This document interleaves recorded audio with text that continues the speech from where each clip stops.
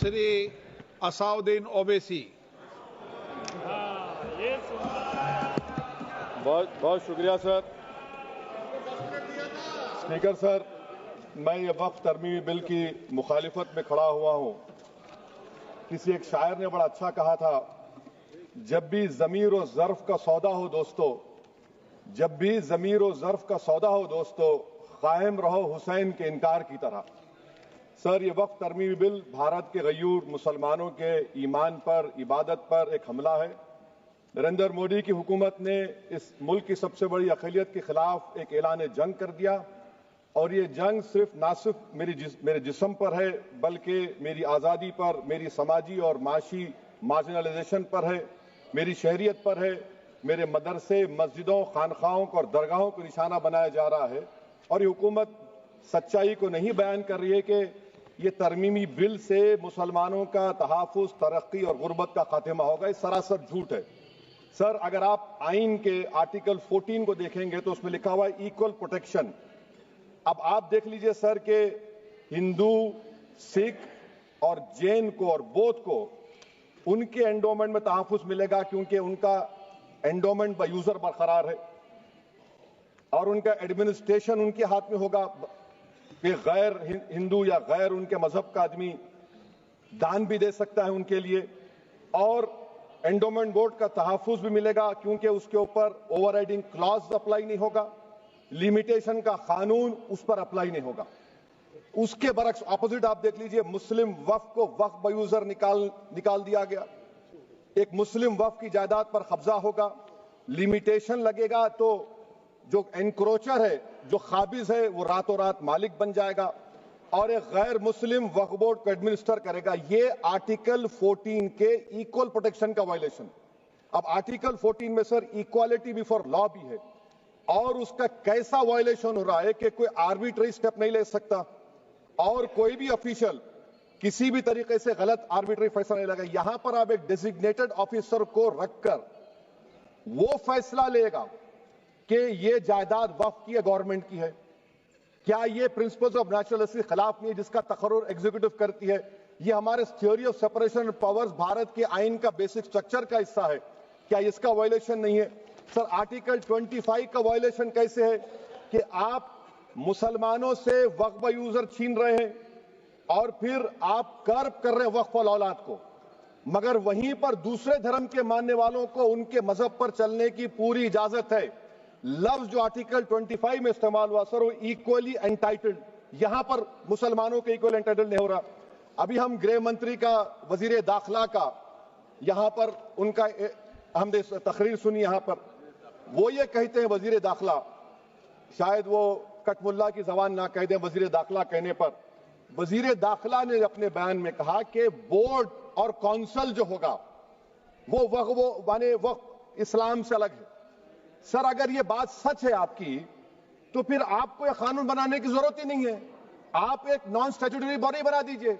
ये जो कानून बन रहा है ना सर, ये आर्टिकल 26 इसका सोर्स है, और आर्टिकल 26 जब इसका सोर्स है तो आर्टिकल 26 का ABCD क्या कहता है कि रिलीजियस डिनोमिनेशन को अपने मजहब के अफेयर्स खुद चलाना, मूवेबल इमूवेबल प्रॉपर्टी को लेना और एडमिनिस्टर करना। जब हिंदू धर्म को, बौद्ध धर्म को, सिखों को यह राइट दिया गया है, तो आप कैसे मुसलमानों से छीन रहे हैं? तो यह आर्टिकल 26 का ग्रेव वायलेशन है। तो सर, अब वक्फ बाय यूजर का मामला देखिए, मिनिस्टर साहब ने कहा कि एंक्रोचमेंट हो रहा है, 17,000 एंक्रोचमेंट हुए हैं। तो यही नरेंद्र मोदी की हुकूमत ने 2014 में उस वक्त के मंत्री ने एक Waqf properties eviction of unauthorised occupants bill को इंट्रोड्यूस किया। आपने विड्रॉ कर लिया 2024 में उसको। क्यों विड्रॉ किया सर आपने? जब आप मान रहे थे कि एंक्रोचमेंट हो रहा है तो आपने बिल को विड्रॉ कर लिया।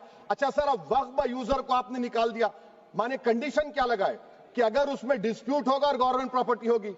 सर, डिस्प्यूट तो है। मिसाल के तौर पर मोहिबुल्लाह साहब जिस मस्जिद के इमाम है, पार्लियामेंट के सामने मस्जिद है सर, 123 प्रॉपर्टीज में मस्जिद है, डिस्प्यूट चल रहा है।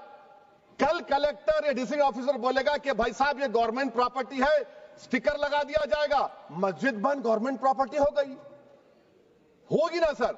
अब ये बताइए, आप जब से यहां पर पूरे बीजेपी रूलिंग पार्टी हमको ज्ञान दे रहे हैं कुछ नहीं होगा, कुछ नहीं होगा। मैं दलील के साथ बता रहा हूं आपको, ये मस्जिद दिल्ली गवर्नमेंट बोलती हमारी है, वक्फ दिल्ली वक्फ बोलता हमारी है। तो सर वक्फ बाय यूजर, अगर मैं अपनी गवर्नमेंट के खिलाफ वक्फ बोर्ड वक्फ बाय यूजर इस्तेमाल नहीं करेगा तो क्या है सर? अच्छा, ये अमेंडमेंट जब हो जाएगा तो मुझे कहने दीजिए सर, सिर्फ प्राचीन मंदिरों की इबादत होगी, मस्जिदों की नहीं होगी। अब सर आप आ जाइए, अगर डिस्प्यूट मेरा एंशिएंट मॉन्यूमेंट से वक्फ का, एक मिसाल दे रहा हूं, दिल्ली में 172 वक्फ प्रॉपर्टीज एएसआई कंट्रोल में है, मैं तो हार ही गया वो, क्योंकि मेरे पास डॉक्यूमेंट नहीं है। आप कह रहे हैं कि डॉक्यूमेंट चढ़ाओ।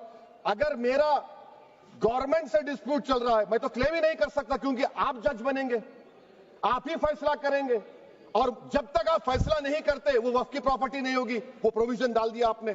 अच्छा, अगर मेरा डिस्प्यूट एनक्रोचर से होगा सर, तो एनक्रोचर में तो आपने तो 107 को डिलीट कर दिया। आप रातों रात खाबिज को, एनक्रोचर को मालिक बना रहे हैं। सर मैं ये पूछना चाहता हूं आपके जरिए हुकूमत से, एक मुंबई में एक बहुत बड़े दौलतमंद है, खोजा बरादरी का यतीम खाना था, उन्होंने 2004 या 5 में 22 करोड़ में खरीद लिया। वो केस सुप्रीम कोर्ट में कि आप उनको मालिक बनाना चाहती है लिमिटेशन एक्ट अप्लाई करके, हमको बताइए, हम जानना चाह रहे हैं।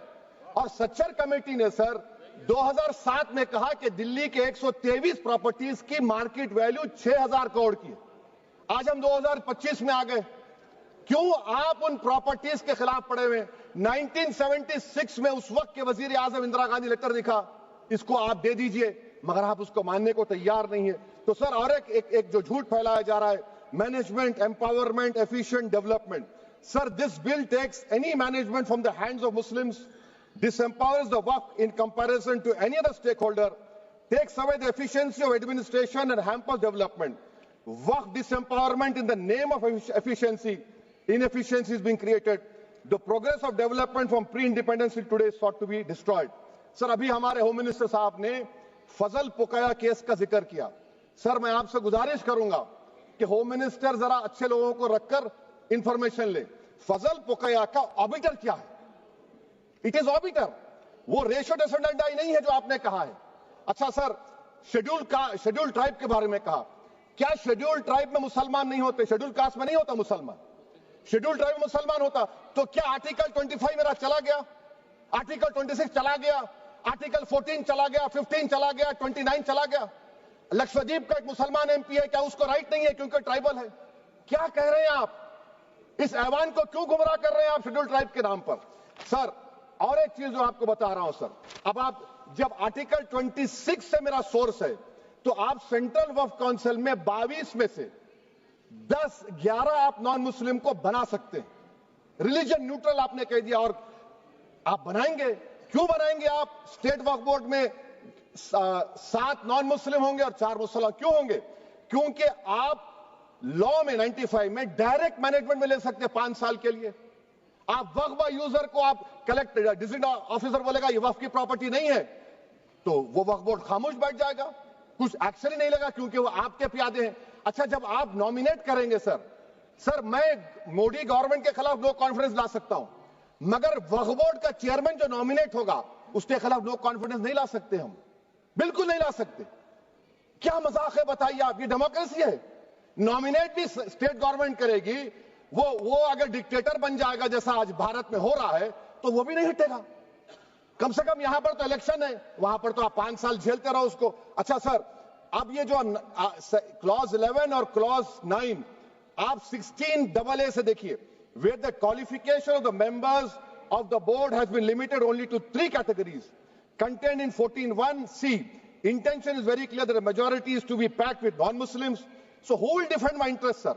If I cannot depend on the state waqf board, central waqf council, which are going to comprise non-Muslims, this in itself is a clear violation of Article 26, 14 and 15, sir. अच्छा sir, CO पहले 95 act में था कि word मुस्लिम, आपने गायब कर दिया उसको। अरे आखिर क्यों इतनी नफरत है आपके लफ्ज मुसलमान से? अच्छा फिर क्या कह रहे हैं आप कि ये भी आर्टिकल 26 का वायलेशन है। सब जितने हिंदू धर्म के प्रॉपर्टीज हैं, सिख धर्म के हैं, बौद्ध के हैं और आपके जैन के, वहां पर उन्हीं के मजहब का ऑफिसर होगा, और कहां पर नहीं होगा? वक्फ बोर्ड में। Waqf board is a pure religious institution, इसको समझने की जरूरत है। तो आप ये कर दे रहे हैं सर। अच्छा सर, आप देखिए, अब आप आ जाइए ये ट्राइब्यूनल पर। मुझे समझ में नहीं आया सर कि हमारे होम मिनिस्टर वजीर दाखिला ने क्या कह दिया कि 2013 का जो कानून है वो नहीं बनता तो हम नहीं लेके आते।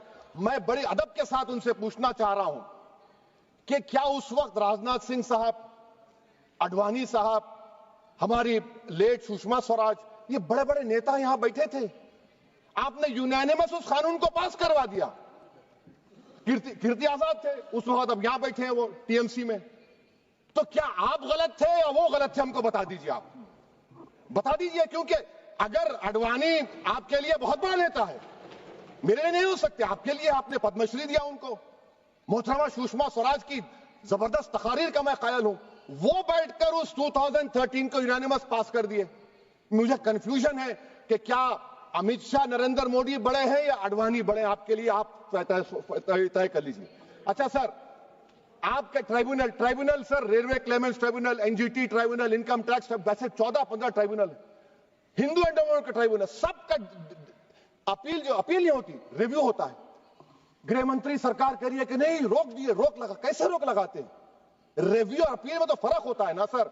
आप ही कह रहे हैं कि पूरे कोर्ट्स में बैकलॉग है और आप अपील कर रहे हैं। अच्छा सर, रिटायर्ड डिस्ट्रिक्ट जज 95 में सिटिंग डिस्ट्रिक्ट जज था, जो एडमिनिस्ट्रेटिव कंट्रोल था सीजीआई साहब, उसको निकाल दिए। अच्छा सर, अब आप अभी हमारे मंत्री साहब ने कहा trust, sir Shri Sai Baba trust 2004, वो ये कहता है जो ऑफिसर उसमें काम करता है उसको साई बाबा का डिवोटी होने चाहिए और उसको डिक्लेरेशन लिख के देना पड़ेगा। यहां पर हो रहा तो यहां पर क्यों नहीं हो रहा? अच्छा सर, आप फिर देख लीजिए, ये आपका हो गया सर। हाँ, अब अमित शाह साहब ने सेक्शन 2A के बारे में कहा और उन्होंने इस बात का इकरार कर लिया कि दाऊदी बोहरा के लिए यह बनाया गया है। मगर मैं आपके जरिए से गवर्नमेंट से पूछना चाह रहा हूं, आपने तो उस प्रोवाइजो में दाऊदी बोहरा का नाम ही नहीं लिखा। आपने उनको भी थैंक यू कर दिया, उनका नाम क्यों नहीं लिखा आपने? और सर, और गवर्नमेंट क्या कर रही है? आप मुस्लिम समाज में जो बेकार किस्म के लोग हैं उनको एक रास्ता बना रहे हैं, एग्जिट दिखा रहे हैं कि तुम्हें वक्त से बचना है तो तुम्हें ट्रस्ट बना लो। ये क्या कर रहे हैं सर आप? कम से कम उन दाऊदी बोहरा को आप दे देते। अच्छा sir, clause 3V section 36 clause 18 देख लीजिए। Oral Waqf, oral appointment has sought to be discontinued even though it is recognized practice in Islam. Muslim personal law has recognized oral waqf and 1937 Shariat Application Act. Sir, आप clause 39 पर आ जाइए। 5 साल के लिए मुसलमान।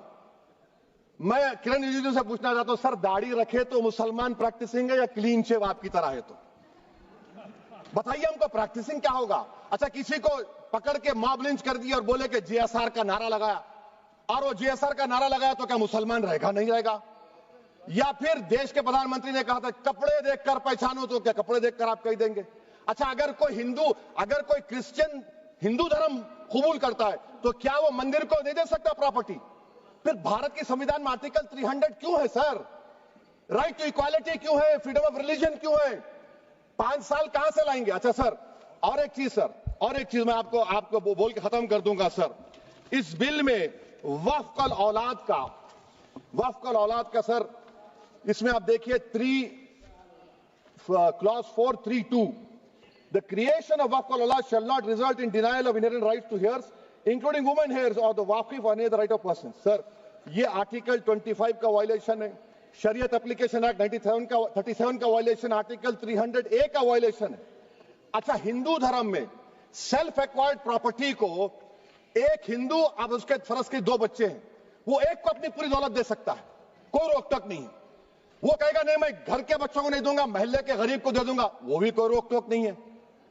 वहां पर आपको बच्चों की फिक्र नहीं है। जब मैं अपनी प्रॉपर्टी को अल्लाह को मालिक बनाकर दे रहा हूं, आप कह रहे बच्चों की फिक्र नहीं है। इतनी मोहब्बत आप बिल्किस बानो से दिखा देते तो आपके लिए दुआएं देती आपके लिए। तो सर, आप दूसरी बात आप देख लीजिए सर, आखिरी बात कहकर मैं अपनी बात को मुकम्मल कर रहा हूं सर। नहीं मैं मुकम्मल कर रहा हूं। स्पीकर साहब बहुत टाइम दे दिए। सर आप देखिए, इसमें अमित शाह साहब बोले कि इतनी प्रॉपर्टीज का कब्जा हुआ, चोरी हुई, ये हुआ। सर, क्लॉज 2652A सेक्शन, अगर कोई प्रॉपर्टी बेचता है 2 साल की सजा थी, आपने क्या कर दिया? उसको 6 महीने कर दिया। नॉन अवेलेबल था, आपने अवेलेबल कर दिया। सेक्शन 40 की बात करते हैं। सेक्शन 40 में सर हमको जो ज्वाइंट वर्किंग कमेटी के जो नोट्स दिए, उसमें मिनिस्ट्री ऑफ माइनॉरिटी अफेयर्स ने कहा कि 30 साल में 515 केसेस सेक्शन 40 के और सिर्फ 8 लोग कोर्ट को गए। वक्फ यूजर का कानून तेलंगाना आंध्रा में है, सेक्शन 40 का कानून तमिलनाडु 63 है, आंध्र प्रदेश में 43 है। और सर आप डायरेक्शन दे रहे हैं, अच्छा क्लॉज 4218B देखिए सर, आप रूल बना रहे हैं, कोऑपरेटिव फेडरलिज्म के खिलाफ है, इतना रूल बना रहे हैं। और आखिर में सर मैं आपको बताना चाह रहा हूं स्पीकर साहब, ये बिल का मकसद सिर्फ मुसलमानों को जलील और रुस्वा करना है, मुसलमानों को दूसरे दर्जे का शहरी बनाने का इनका मकसद है। सर अगर आप हिस्ट्री को पढ़ेंगे तो महात्मा गांधी उस वक्त के व्हाइट अफ्रीका में सफेद फार्म अफ्रीका के कानून को महात्मा गांधी ने कहा था कि ये मेरा कॉन्शियंस इसको मानता नहीं, मैं इस कानून को कबूल नहीं करता हूं। तो महात्मा गांधी ने क्या किया, उन्होंने उस कानून को फाड़ दिया। तो मैं गांधी की तरह इस कानून को फाड़ता हूं। ये अनकॉन्स्टिट्यूशनल है सर। इस देश में झगड़े पैदा करने का काम बीजेपी करना चाहती है मस्जिद और मंदिर के नाम पर, इसीलिए मैं इसका कंडेम करता हूं। और मैं आपसे गुजारिश करता हूं कि मैंने अपने 10 अमेंडमेंट दी हैं, आप इसको कबूल करिए सर, मुझे बोलने का मौका दीजिए और उस पर डिवीजन का मैं डिमांड भी करूंगा। Thank you sir.